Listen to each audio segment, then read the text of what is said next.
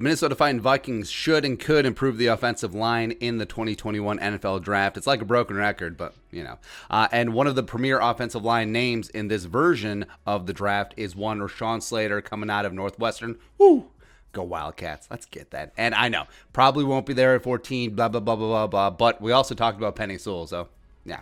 And I've been on the record that given the choice between Slater and Christian Darrisaw, the left tackle from Virginia Tech, I would take Darrisaw, but that's actually more about Christian, the pride of VT, as opposed to anything bad about Slater. I think Slater is still a damn dude and is going to be a damn fine player in the National Football League. So let's talk about him today. Background, 6'3", 314. Former three-star recruit coming out of Sugar Land, Texas. Now, he is the son of former Timberwolves power forward Reggie Slater, so woo, that's right. Let's go, howl. And he was very lightly recruited coming out of high school. Took his talents to Northwestern and started as a true freshman 2017 at right tackle. Was on that side for 2 years. In 2019 as a true junior. Was the crescendo. Was the amazing year. 90.0 PFF grade. 0, none. Goose egg. D'Angelo Russell.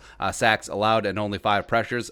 Erased guys like Kenny Willekes of Michigan State. Zach Bond of Wisconsin. AJ Epinesa from Iowa. Also put on a clinic against Ohio State and future number 2 overall selection Chase Young. Perhaps you've heard of him. Blanked him, shut him down. Really impressive. And that is the game that all the analysts point to of why they do have Rashawn Slater so high. Some, including guys like Daniel Jeremiah, have him above Penei Sewell, which I respectfully disagree, but nah. Was a 2020 opt-out. Has been working with offensive line guru Duke Manyweather this entire offseason. Just getting after it. Like it. Pros. Alpha attitude. So that pops off a tape right away. A guy wakes up in a bad mood, but is completely under control. But yeah, snap to whistle, he's going to be in your face. And he does get after it like Quentin Nelson, attitude-wise, but not stylistically. Short area. So that's the basketball genes. Like he moves in a phone booth like MJ slicing up the lane against the bad boy Pistons. It is really special to watch. His get-off is impressive. Would be sick in the Viking zone scheme. Just like, poof, pop you in the face, get second level, let's go. Rare footwork. If he was 6'6" with 35-inch arms, he would be the second overall pick. Guaranteed. Like a team would leapfrog the Jets to go get him since the Jets are good with Mekhi Becton, but rare. Again, it goes back to basketball. The fundamentals and the balance, it's uncoachable. Really is. Recovery. So his footwork neutralizes speed rushers, and in the rare event that he's able to, where he's able to get bull rushed and they get into his chest, he's able to reset his feet and still win that rep. Cons. So anchor doesn't have the power in the lower body that you want at this point, and that's always something that you say that you can change. Where, all right, so you have this light, more of a zone fit offensive lineman, and then you can just add lower body strength and horsepower to him. Yeah, we've heard that before. Many times, but will struggle running power and against power rushers to begin his career. Length, so that might be the thing that holds him back from being a left tackle in the National Football League, which I think is his best position. Could put him at a disadvantage against longer edge rushers. Positionless, so lacks the length that teams might not want to tackle. Also lacks the anchor to be inside. Plus, he's literally never played a snap at guard in college in 3 years. Now, he was always either a right tackle or left tackle, but he's also been working at center with Duke, so that could be in the mix for him as well. 2020 opt-out. Now, I don't care much about this, but teams might have wanted to see more tape. So, no.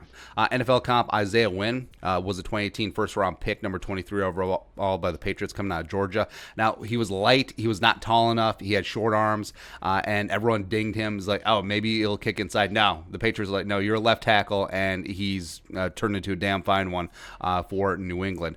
Now, I would give Slater a shot at left tackle. In the unlikely event that he ends up with the Vikings, I think he's best suited there. And I know you got Ezra, but I do think Ezra is better suited to be a guard than Rashawn Slater is, if that makes sense. But he would be the perfect zone fit for the Vikings. He needs to be in a zone-heavy offense with his athleticism to be able to utilize it. Plus, as he works on that lower body strength, I have all the faith in the world that the kid can get after that. But yeah.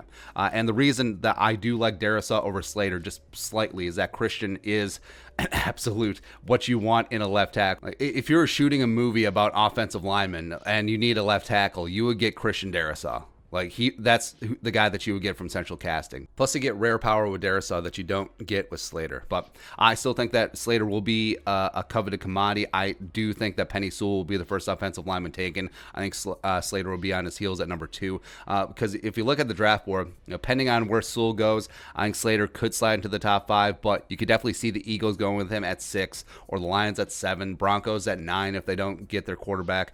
Cowboys, sneaky need at offensive line. Giants, and definitely the Chargers at 13 could and should all be in on Rashawn Slater. So it might be a moot point for the Vikings, but he's a special player.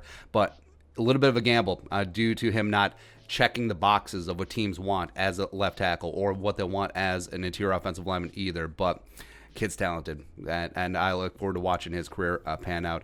But your thoughts, Rashawn Slater, NFL draft profile? Woo! Let us know in the comment section below. Subscribe for daily Vikings takes. I'll support that work. Post something in Venmo. But until next time, Skull production value.